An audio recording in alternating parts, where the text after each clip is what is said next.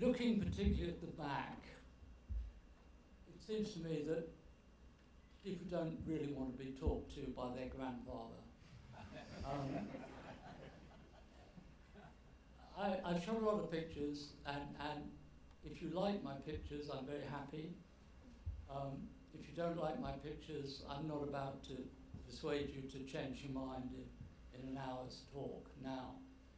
So I thought what would be more useful, particularly for the younger people, is if I explained my life through what I would call key moments, because you're all going to have key moments. So there are going to be decisions you have to make as you go through your life, and sometimes they're very difficult decisions to make. You know, do I go with my girlfriend this weekend to stay in some nice hotel in Cardiff, or do I go up to the north of Scotland to photograph the rains, things up there? Well, the photographer has to go up to Scotland, not go to the hotel in Cardiff. And that's the sort of decision that you're going to have to make if you have ambitions and you want to be a working professional photographer and get the most fun out of it. So I'm going to start with how does one become a photographer? I'm very dyslexic, which meant that at the time when I was at school, there was no such word. You were thick, basically. I was lucky. I was exceptionally good at sports. And so if you're very good at sports at school, you don't get bullied and you don't have any of those problems. The only problem with dyslexia at that time was that all examinations were written, and as I couldn't write or read, it meant I had no qualifications whatsoever. So I got to the end of school, and what was I going to do? You know, I came from South Wales. My dad was really from the valleys. I was born at the time of the Depression in 36, 34. You know, everybody's out of work, etc. So what do? You know, do you go down the mines or whatever, etc.? I didn't really want to do that.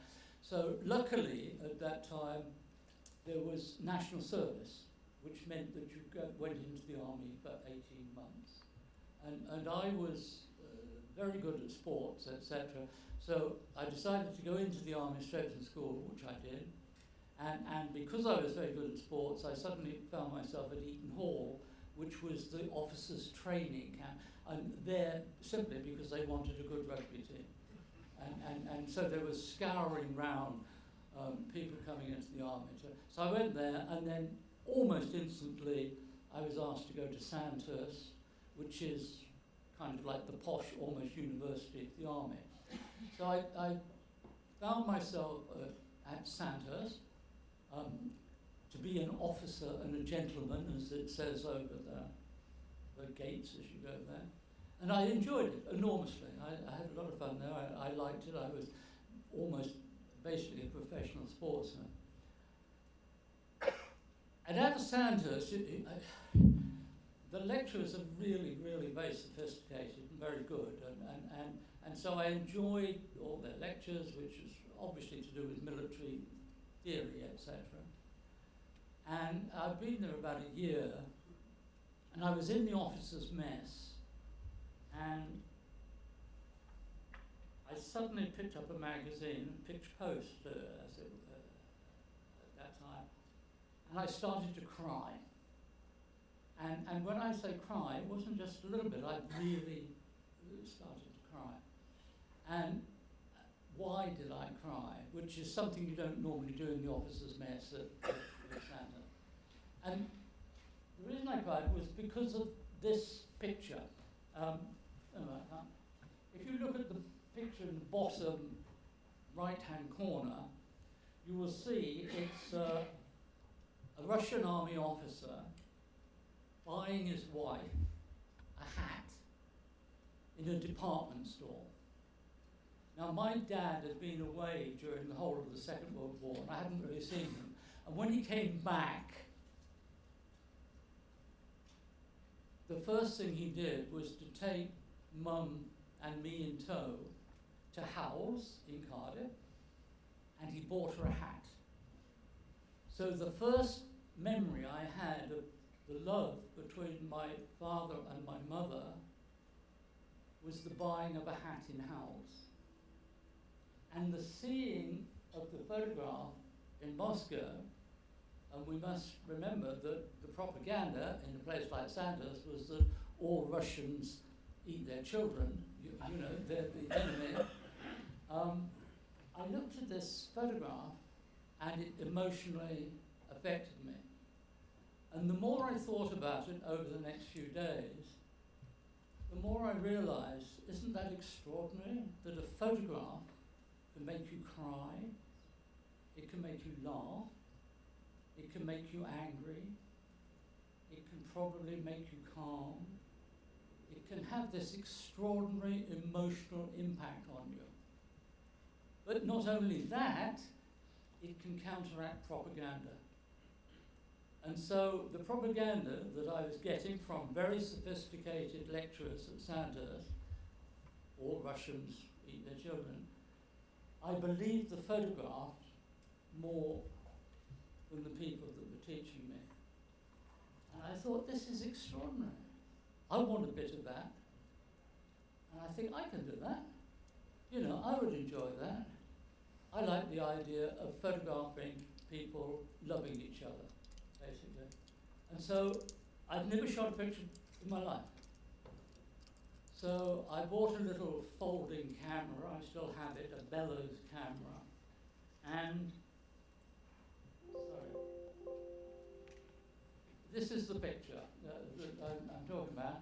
So I bought a little bellows camera and a book called The Photo, I think it was called The Photo Guide to Photography. So it was a little book, and it told you that, you know, at the front of a box there was a hole which could be made bigger or smaller, and on top of it there was something you could press and it let the light through longer.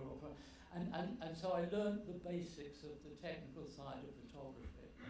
And because I was, here we go, because I was like this, on the right-hand side, roughly halfway, you'll see an amazingly fit-looking guy. Well, that's me in the Army athletics team at that sort of time. And we were in Belgium, and the picture on the right is really the first picture that I took, reading my focal guide as to how to get the camera the correct exposure and shooting on my folding camera. And I just loved it. I remember seeing the picture and thinking, hang on, that reminds me of Belgium. And I liked that very much. And so I left the army and went up to London and started to work in Harrods, selling shirts, because I needed the money. And then every single weekend, every single evening, I would go to the coffee bars and I started to shoot pictures. Coffee bars because I don't drink, and the painters tended to go to the pubs and things, and writers and people went to the coffee bars. And so I just started to learn to look at things that I thought were interesting, and I started to photograph with my little folding camera. What I discovered there was I met people. It was a kind of what we now call networking, and I met these people, and I discovered there were basically two groups of people. There were doers and talkers. And the doers tended to congregate together, and the doers tended to, and the talkers tended to congregate together. And I found that trying to shoot pictures and showing them to people, the people that were the doers were interested, and you began to make friends. And so I was very lucky because Michael Foote was one of the people in at the coffee bar at that time. I think he was editor of Tribune or something like that at the moment. But there was Colin Wilson, the writer, was there. and Julie Christie was there. She was still at school, and Peter O'Toole I met there, who is at RADA, and Stuart Holroyd. A whole lot of these people were doers, and they tended to all know each other, you know. And then, as I said, there were the others that talked about what they were going to do tomorrow, and I suspect never ever did it. So, conversation with these people. Ken Russell, for example. Ken Russell, at the time that I met him, was a ballet dancer. One learnt so much from the ambition and the drive of these people. And so Michael was obviously the political person, was talking about Hungary. Now the picture that I've got up here is a picture, again, taken with my little folding camera, which was the sort of pictures that I was taking in the coffee bars at that time. This is a picture, it's actually a plate glass window, and the people outside are looking to see if their friends are inside the coffee bar. When I look back on it, it's actually, it's a very sophisticated picture. I'm amazed that I could take this on my little folding camera. Anyway, Mike was talking about something, and I had another friend called John Antrobus who went on and wrote The Bed Sitting Room with Spike Milligan and did a lot of the Goon shows, wrote a lot of the Goon shows. He wanted to be around. And through Michael, we decided that it would be a good trip to go to Hungary, because there was this thing called the Hungarian Revolution, or Uprising, whichever title you want to give it. And so we decided to go and see what it was about. He wanted to be a writer, so it seemed a logical thing. Yeah. And so we hitchhiked to Austria. I had bought a new second-hand camera because I thought I needed a more sophisticated camera, so I had this little camera, and I had 20 rolls of film, which was all I could afford, which was in my pocket, and off we hitchhiked. And we got to Austria, and when we got into Austria, we managed to meet up with the Red Cross and got a lift into Budapest in an ambulance. So. And in Budapest, we went to the consul there to see what was going on. And war situations of that sort of tension, they're really quite difficult if you've got no experience, because you don't actually know what's going on. It's not going on all the time. So you could be sitting in one street, drinking coffee and having your croissants, etc. And they can be beating hell out of each other in the next street. And if you don't have the experience to know that, you could sit there for 3 weeks, drinking coffee and having croissants, you know. I met at the consul a wonderful journalist called Eileen Travers, who was working for the Daily Mail, and she was a little bit older than I was, but very experienced, and she suggested that we try to stay in the hotel, the main hotel there, because what one learned very quickly was that the journalists tend to stay in the same hotels, partly because they can cross-reference information, etc. So we ended up there, and I got there, and Life magazine were there, and they didn't have a photographer that had got into Hungary. And so they saw me, a fresh face, and said, "Who are you?" And I said, as you do, "I'm a freelance," which means you at work. And they said, "Okay, well then you're working for Life magazine." So there's no better way to start than to start at the top. You can start at the top and cling on desperately. It's a good way of doing it. Little did they know that up in my bedroom I was still going through my book on how to use my new Contax camera and trying to learn how to put the film in the back, because it's a very, I don't know if you know about Contax cameras, but they have a very difficult process of opening the camera and putting the film in. But you know, you work with the best journalists in the world, And it's really simple. I mean, you trot along behind them, and every time they stop and think something's interesting, you take a picture. And sort of almost by definition, it's going to be an interesting picture, you know. And so that's what I did. I had very little from that time because I knew nothing about the idea of keeping copyright or anything like that. So one just used to, you know, give your film to somebody and it went. And so I only have about 8 pictures left from Hungary. But these are 2 of the pictures. The picture on the right-hand side, the boy, has become quite famous because a whole lot of people claimed that they were him, and there were films made about various people saying they were him and this, that, and the other. And I kept getting dragged into this, as though somehow or another in that situation you're going to rush up to somebody and start taking their names, address, or something like that. So that was my early intro, and the picture, a couple of pictures were published in Life magazine, and they were distributed into Picture Post, and the Observer used them.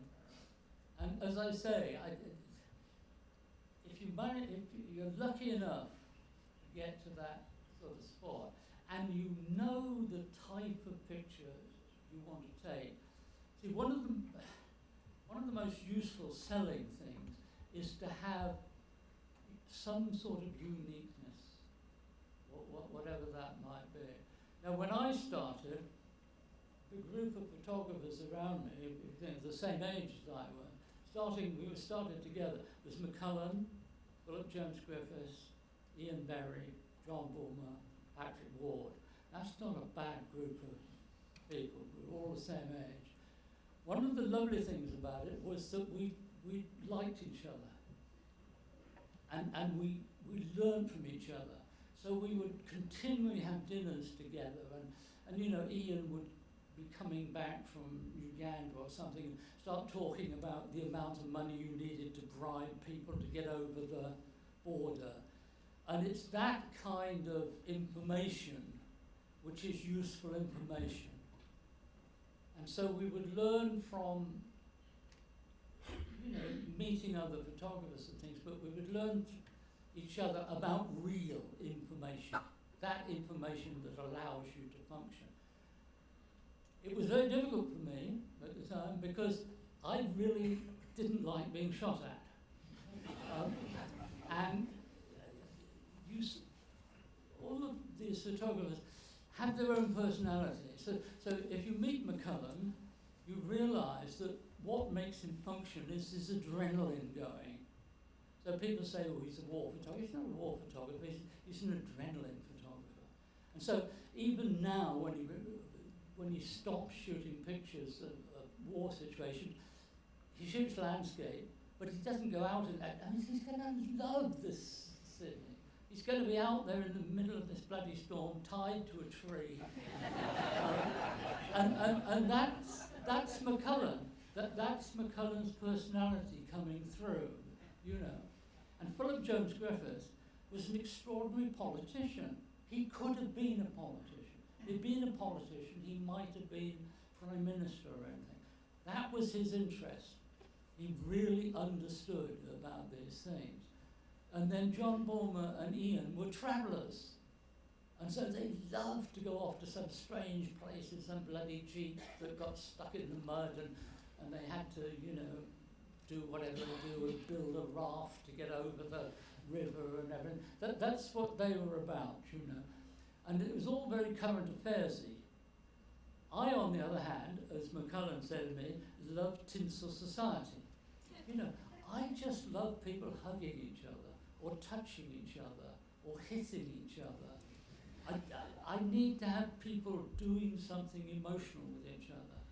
And I always thought that was so interesting that, as I say, the first picture I took or saw in Picture Post, I've been shooting that same picture ever since. For 64 years, I've been shooting the same picture. You know, it's to do with human reaction to each other. And I just love doing that. But it was difficult when I started because the Picture Post had closed, Illustrated had closed, And there were newspapers. Now the newspapers were amazing at that time. You know, the Daily Express used to run a double big picture sort of virtually every day. But it was all current affairs. And if you think in terms of McCullen and Philip and Ian, I was second rate to them. But of course, as soon as the colour supplements started, the colour supplements, all these people found themselves in competition with each other for the current affairs thing. But in the colour supplements, there was always this little spot of about 5 pages, which was triviality. And the only person in the country that liked triviality was me. So from when I started then, I never did a story that wasn't published. Never, ever. And it was just because I used to do silly things, you know, like sheepdog trials. And, you know, you can go through anything that's ordinary. What Updike talks about, the exotic of the mundane. I loved the exotic of the mundane. And you know, there was no competition in doing that. And so I kind of thrived. Okay.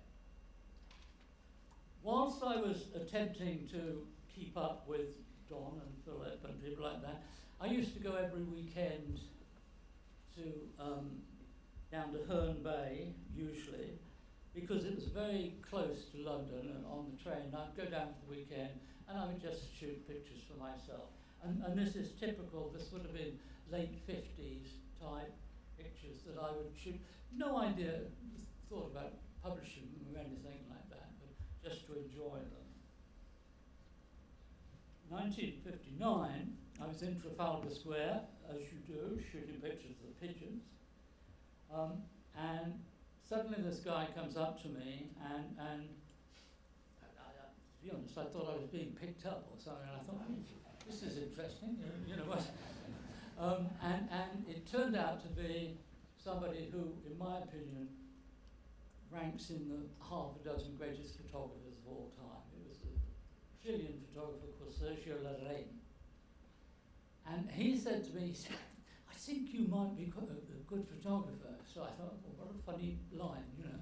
But anyway, why not? Cup of coffee and what his idea, which in hindsight is absolutely accurate, he said you could tell some photographers because their concentration is so fixed when they're shooting pictures.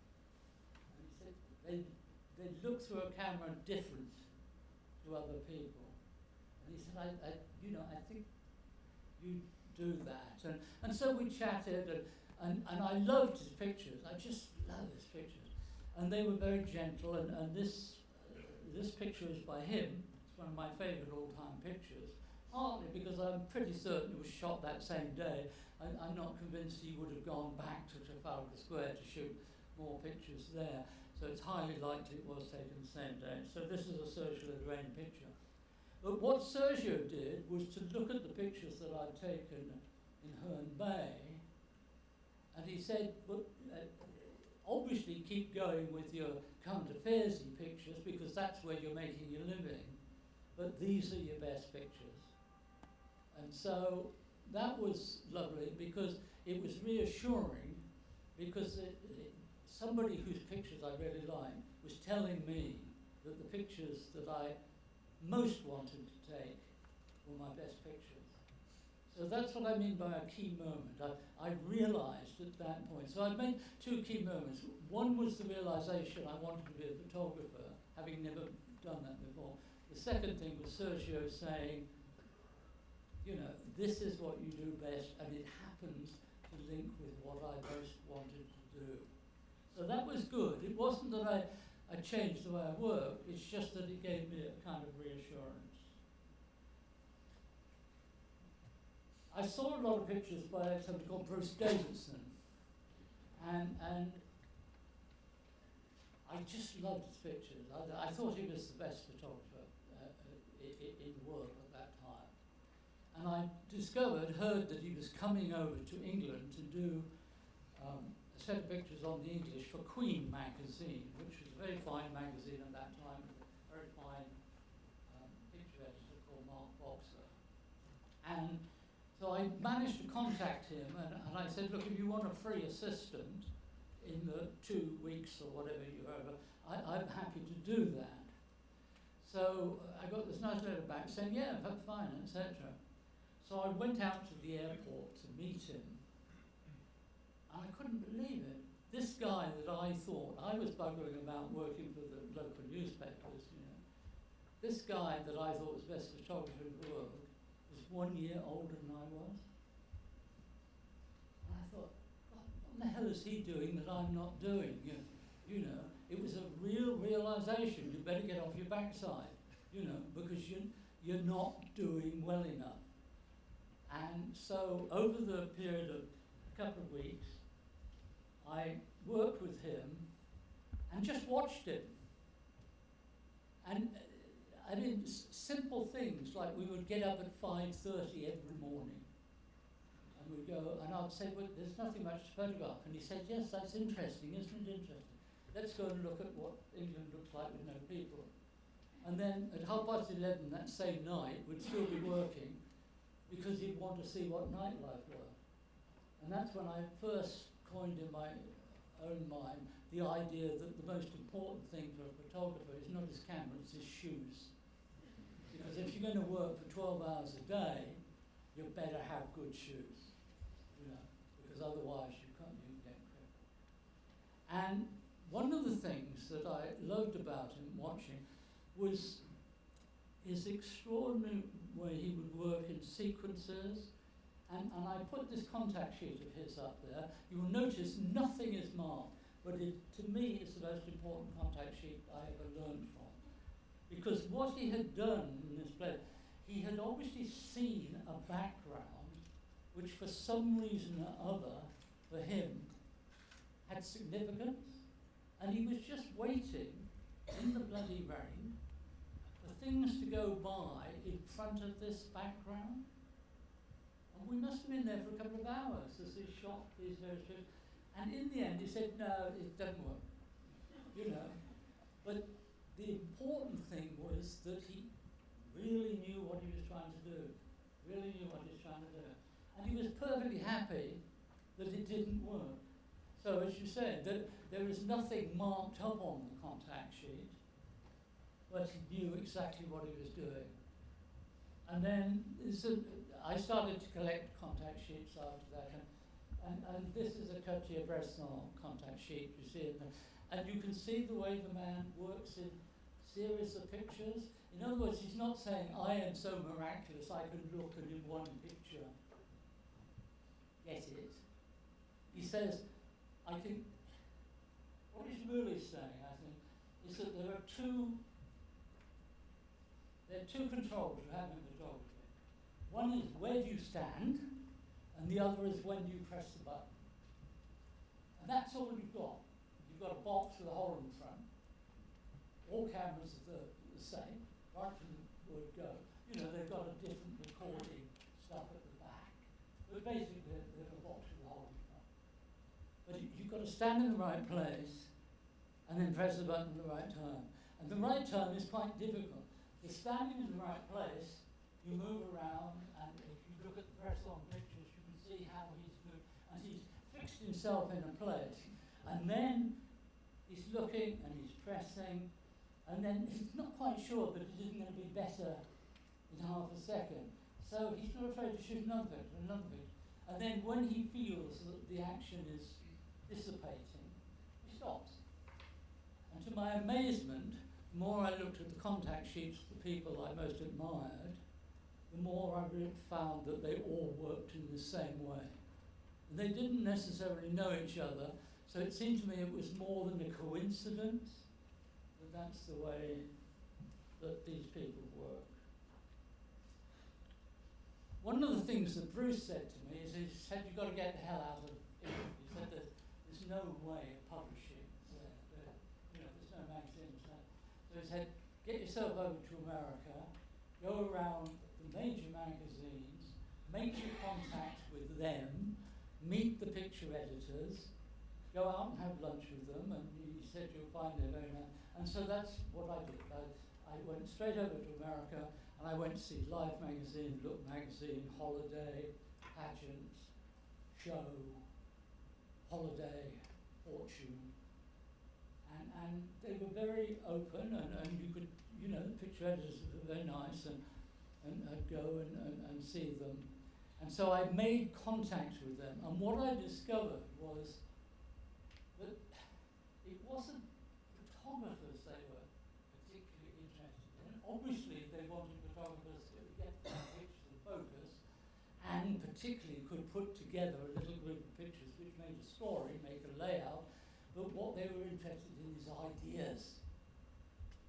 Because if you're the editor of a magazine, it's a weekly magazine, you've probably got to come up with 10 ideas a week. So obviously, you're going to come up with all the pretty obvious ideas. You know, so-and-so is getting married to so-and-so, it's going to be a royal thing. It's pretty obvious that is going to be covered by the magazine.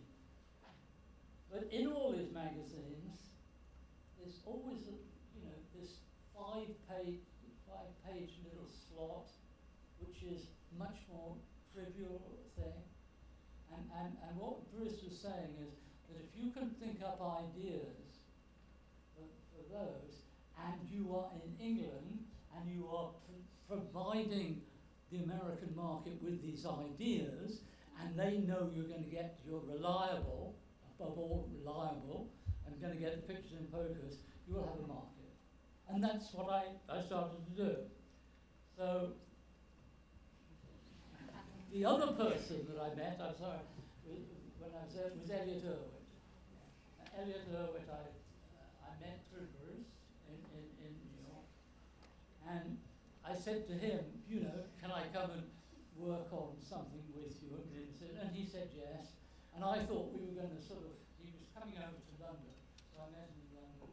I thought we were going to wander around London shooting pictures of dogs. You know, I thought that was charming.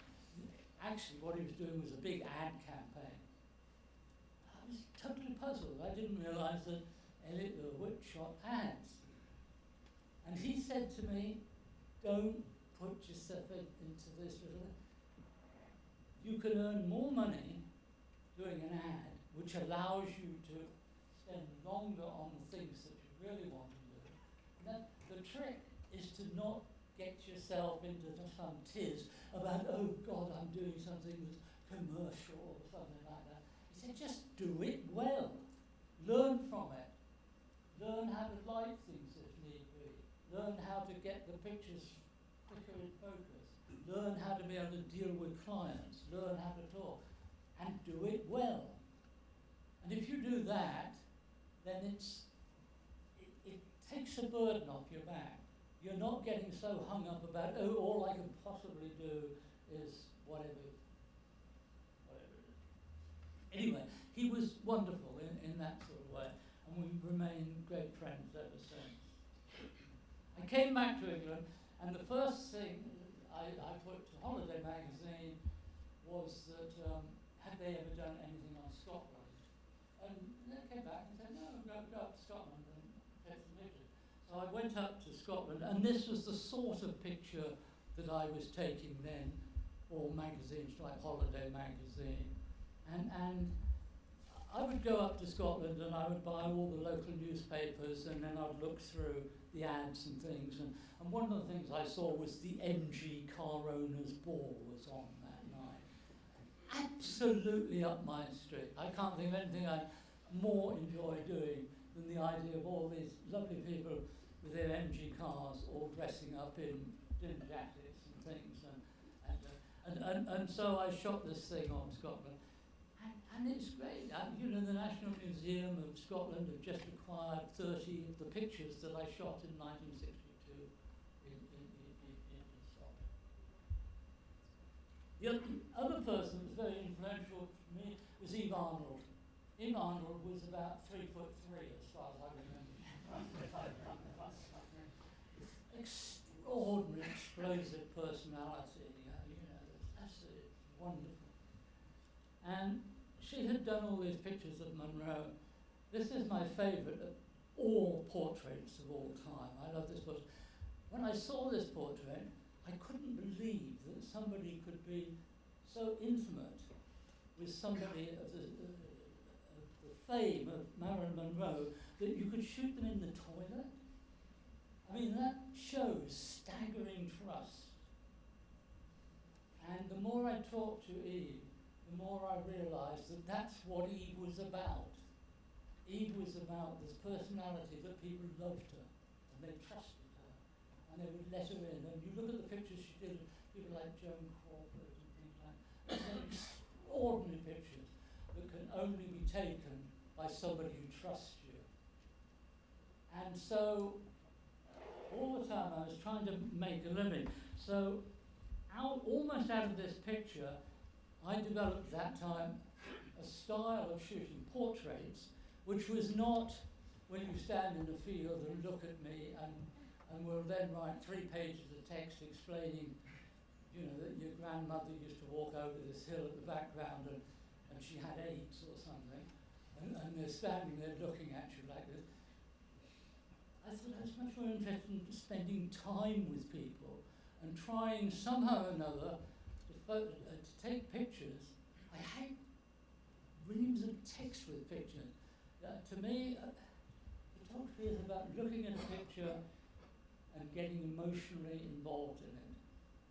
And so I used to, you know, this is Leslie Caron, and so I spent a few days with Leslie Caron, and, you know, long time I shoot a picture. And magazines like Vogue, etc., would pick these up, and nobody else was shooting in that way. Everybody else set up the pictures with lights and this, and will you stand there, or will you be near the window with window light or something, or whatever it is.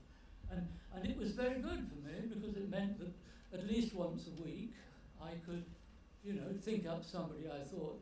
And so I shot Peter O'Toole and Michael Caine and Judy Christie and all those sort of people that were all friends together, you know.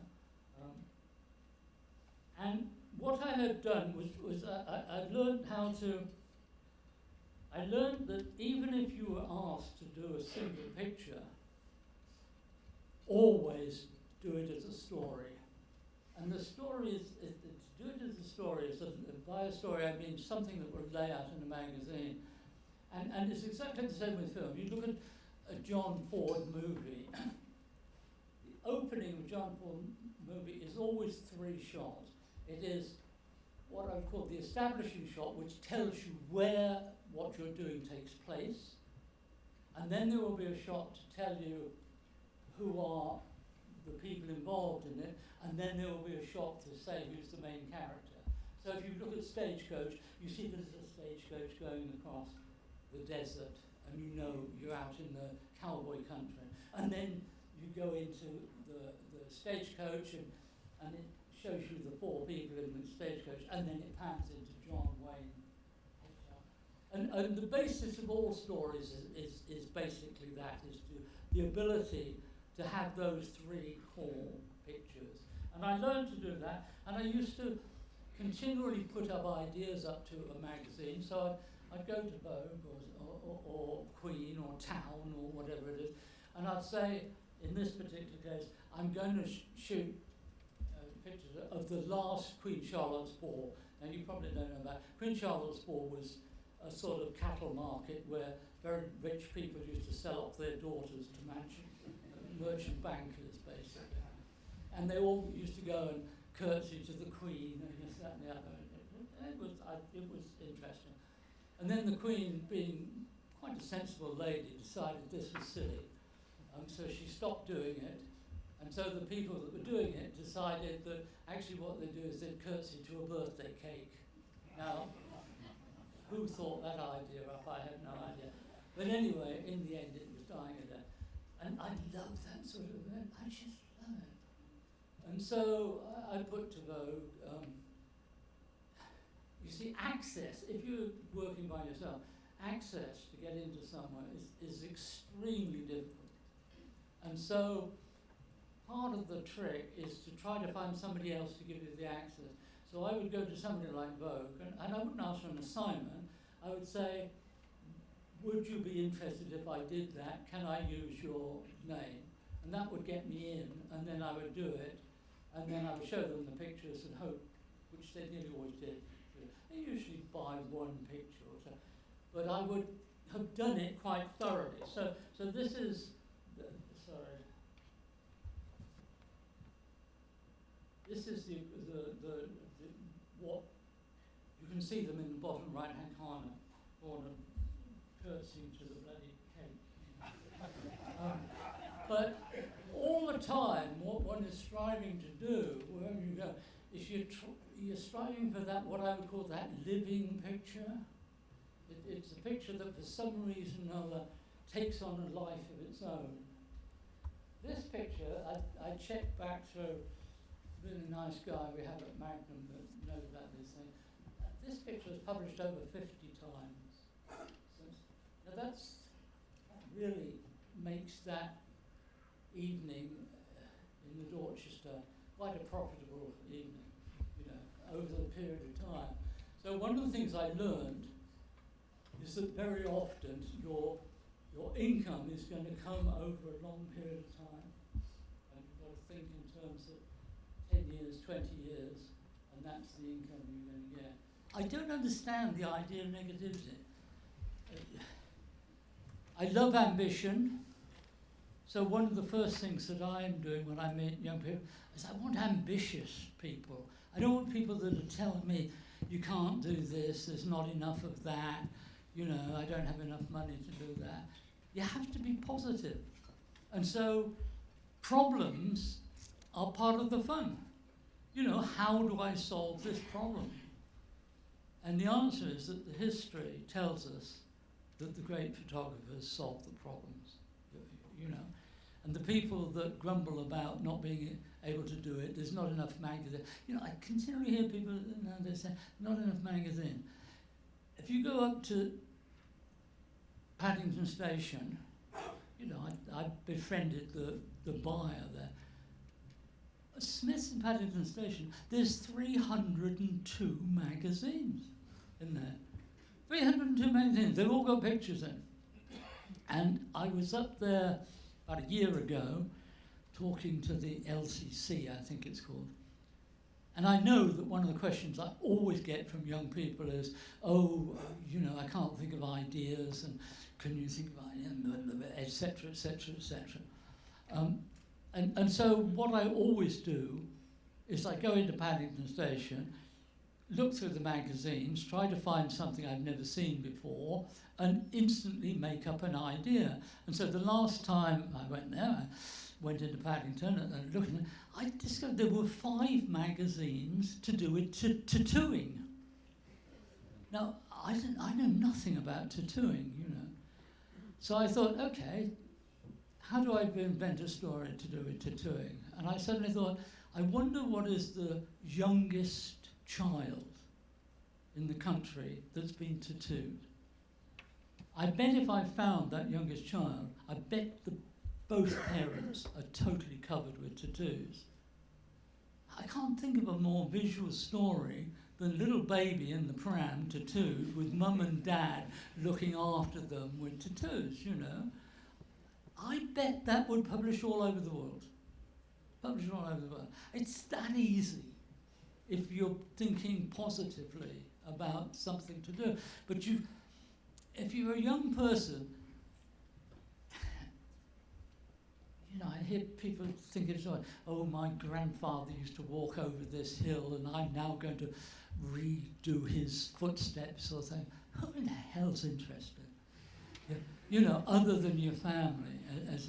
So I always say to people, put yourself the other way around. Pretend you are the editor of your perfect magazine. You can invent whatever this magazine you want it can be. You're the editor. Would you buy your story? And the answer is, if you're honest, no. Of course you wouldn't buy the story. So do it, enjoy it, etc. But don't pretend you're going to be a professional photographer, because a professional photographer implies that you do something which is interesting enough that somebody else would like to give you a little bit of money for. It's just simple. It's not rocket science. And so that's my approach to everything. is that problems are simply something which is fun to try to solve, you know. And I'm sure it's nothing to do with just photography, I'm sure it's to do with every profession. The best people in any profession are the people that don't think in terms of things being problems. They think in terms of the problem being something fun to solve. Yeah, okay.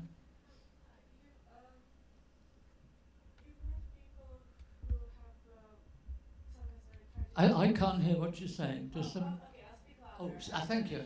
Speak that loud, but you've met people who had very tragic stories, and I'm just wondering if you're ever in a situation where you really wanted to take a picture, but you stopped yourself. I haven't been in that situation, but then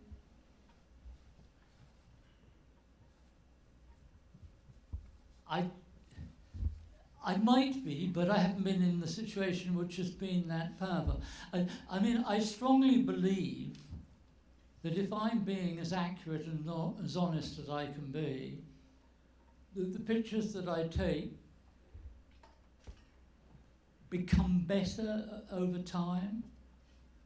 So if I take a picture of all of you, in 100 years' time, it will have a greater. It's not going to be a particularly interesting picture, but in 100 years' time, it is an interesting picture because you can suddenly know things about. Well, hang on, they're not all in tracksuits or something because in 100 years' time, they might all be wearing the same clothes, you know, made of whatever it is. So photography has this extraordinary, unique thing that all photography, by definition, gets better over time, in that it has a social use, etc., etc. And I strongly believe that the things that I am interested in are going to be more interesting in 50 years' time. So that's why, I'll go to Cannes or Monte Carlo in '62 and go back and re-photograph it now because photography deals very well with passage of time, the changing of time. Now I think that for me is overpowering anything else. I couldn't, people say, oh, my privacy, I think stuff your privacy. What I'm doing is more important than that, basically. And so that's my belief, But I do, in my contact sheets, when I used to do contact sheets, I do it now on a screen, I do mark pictures which are not to be used. So, I mean, I would never use a picture which I thought was abusing somebody in some way, And I certainly would never take a picture, see Maggie Thatcher, I'm not going to wait for when she picks her nose or something and say, whoopee, I've got the picture. It's not like that. For me, it's about trying to accurately record what is actually there, I don't know if that answers your question, but yeah. Do you crop your images? When you take your photographs, you call it content. Yeah. And you can do your final prints. Yes. Do you crop the images at all to get the crux of the story that you want to get across in that image? I don't, but for over 50 years, I've used the same cameras and the same lenses. That has advantages and disadvantages. The advantage it has, which I think is worthwhile, is the fact that if I look out at you, I know exactly the framing of my 50mm lens. And I know exactly the framing of my 28mm lens. And that's through 50 years of practice. It's a bit like playing the piano. You don't expect Baron Bourne to be looking at the notes. He plays almost as though it's coming from within. So when I look out, I see in these frames, and I move around to try to get those frames to have some kind of geometry which is projecting what I think is the content of the picture. And that's the way I shoot, and because I shoot like that, by definition, I don't crop the picture. Now, the reality is very few people get there. You know, very few people are going to be Kudelka or Sergio or things like that. So part of the trick is to, in a way, realise in your own mind that that's not the be-all and end-all in photography. It's being Cartier-Bresson. You know, if you start off as being a painter and thinking, I'm a failure if I'm not Rembrandt, you're going to be a failure. You know, because there ain't going to be a Rembrandt. But you can do whatever you do as well as it's possible for you to do. And that should be your ambition. You know, if you're going to be a commercial photographer, but I hate this sort of categorizing as though I am a so-and-so photographer. I continually hear people saying, young people say, I'm an artist. I have no idea what they're talking about. I really don't. I mean, I'm not being impolite. I don't understand. I understand what a plumber is. But I don't understand my local plumber who's now calling himself an artist plumber. Now, what I do understand when I talk to him, and I say to him, why do you say that? He says, oh, because I get much more money. That's an honourable thing. I understand what he's talking about, you know. But, you know, why is this group thinking they're more important than somebody who takes wedding pictures, for example? I mean, the answer is if we know that if there's a fire in a house, the person in that house doesn't rush to get the Cartier-Bresson print that they bought a long time off the wall. They get the wedding album. Now that means something. You know, the wedding album to most people is the most important form of photography, etc. So do it well. And realise that you're doing something which is very important to people. Do it well.